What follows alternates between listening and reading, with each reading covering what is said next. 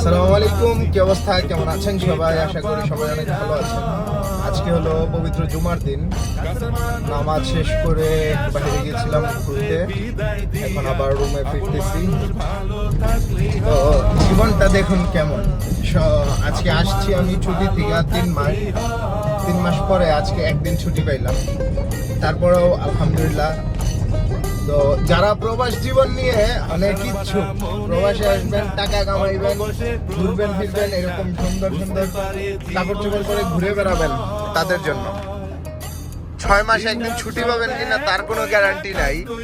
ঘুরতে যাওয়া তো পরের কথা, হয়তো বা সপ্তাহে 15 দিনে, মাসে একবার ঘুরতে বের হওয়া হয়, একটা ছবি ওঠা হয়, সেইগুলো ফেসবুকে ছাড়লে আপনারা অনেকেই মনে করেন যে আমরা সবসময় হয়তো এইভাবেই থাকি। বাস্তবতা অনেক বেশি কঠিন। কাজ করতে করতে জীবন থাকে না, জীবনের অবস্থা অনেক খারাপ হয়ে যায়। তো দোয়া করি সবাই ভালো থাকবেন। আসসালামু আলাইকুম।